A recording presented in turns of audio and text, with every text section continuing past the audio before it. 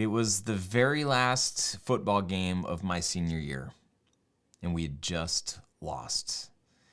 Season is over, no playoffs, and I was sitting on the bench in the visiting team's locker room, shoulder pads still on, head in my hands, crying next to guys that I had spent every summer with since sophomore year. We went 5-4. That's 5 wins and 4 losses. We didn't even sniff the playoffs. And honestly, it was crushing. You see, I had spent 3 years chasing something very specific. I wanted to be a football player at my school because football players mattered. Girls wore their jerseys in the hallways. Your name was literally on someone else's back. You were known, and I wanted that so badly that I spent every summer getting stronger, showing up to every practice, doing everything right. I ended up being a 152-pound left guard offensive lineman who won second team all-league honors. I was tiny. When I tell people this story, they're like, you played offensive line and you actually played? I was like comically small for that position, but I was strong and I had a big heart. I never got to be captain. We never won a championship. And sitting in that locker room, I thought I had failed. But something happened in that room that I didn't have words for at 17 years old. Sitting next to my teammates, guys who had pushed me, challenged me, were in the trenches with me, who knew exactly what I had sacrificed, I felt something that I had never felt before. I felt like I belonged, like I was part of something bigger than just me. Coming from a divorced home and wanting so badly to feel connected to something solid, I had found it. Not in the trophy, not in the jersey, in the people next to me on that bench. I didn't know that that's what I was looking for, but it was. I carried that with me for the next 25 years, and somehow I still managed to forget it. Because when I started building a business, I did what a lot of entrepreneurs did. I built alone, on an island, making every decision by myself, second-guessing myself constantly, and quietly wondering if what I had to offer actually mattered. I had this idea for a digital course, a community, and eventually a mastermind for video business owners who were ready to grow.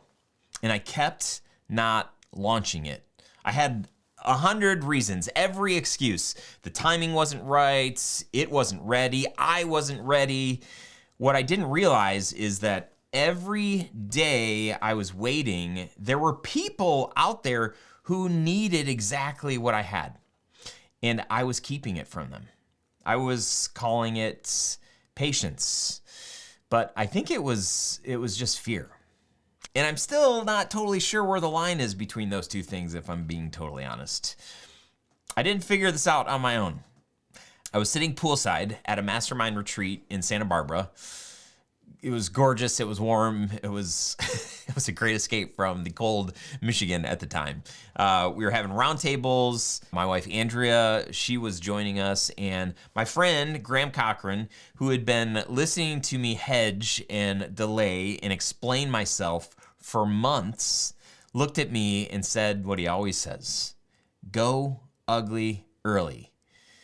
Meaning, stop polishing, Coral. Stop trying to perfect this thing. Stop waiting for the moment that you feel ready, because that moment isn't coming. Just launch the thing. It's going to be messy. It's going to be imperfect. And that's exactly how it's supposed to start. I went home and I launched the course.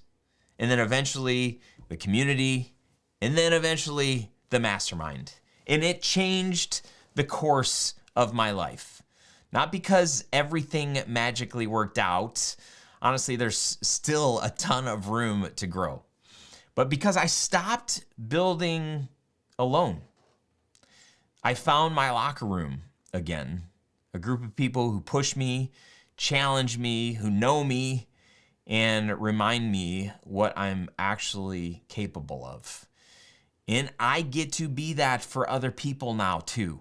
I keep coming back to this. The thing I thought that I was chasing is almost never the real thing. And when I was 16, I thought I wanted a football championship. I wanted the ring. I wanted all of that stuff. But what I needed was belonging. And then when I turned 40, I thought I wanted to launch a perfect product. I needed people around me willing to say, go ugly early when I was stalling, when I was making up all of those excuses. If you are building alone right now, I'm not going to tell you that it's wrong, but I will tell you it's how I spent years moving so much slower than I needed to. And the thing that changed wasn't a strategy or a system. It was finding people who got it. I'm putting together a small group, 12 business owners max, who are done building on an island. We meet, we challenge each other, we listen to each other, we go on retreat together. It's the thing I wish I had a decade ago. If that's resonating, I would love to talk. Just reply to this video, shoot me a message, comment below, whatever the thing is. Like you should have ability to contact me, or you can just grab a spot in the link that I'm going to include below. Or you at least apply for a spot. No guarantees there if you apply. And if you're not ready, that's okay. Just start noticing who's in your locker room, who's on your bench next to you. That might be the win that you didn't know you were playing for. One more thing before I go. I've been reading Storyworthy by Matthew Dix, and it is messing with how I think about every story that I tell. If you want to get better at telling yours, it is worth picking it up. It's called Storyworthy. I'll leave a link for that below as well. And if you don't just want to tell a better story, but you want to build one with a small group of entrepreneurs who actually push each other, that's what the mastermind is all about. Links in the description.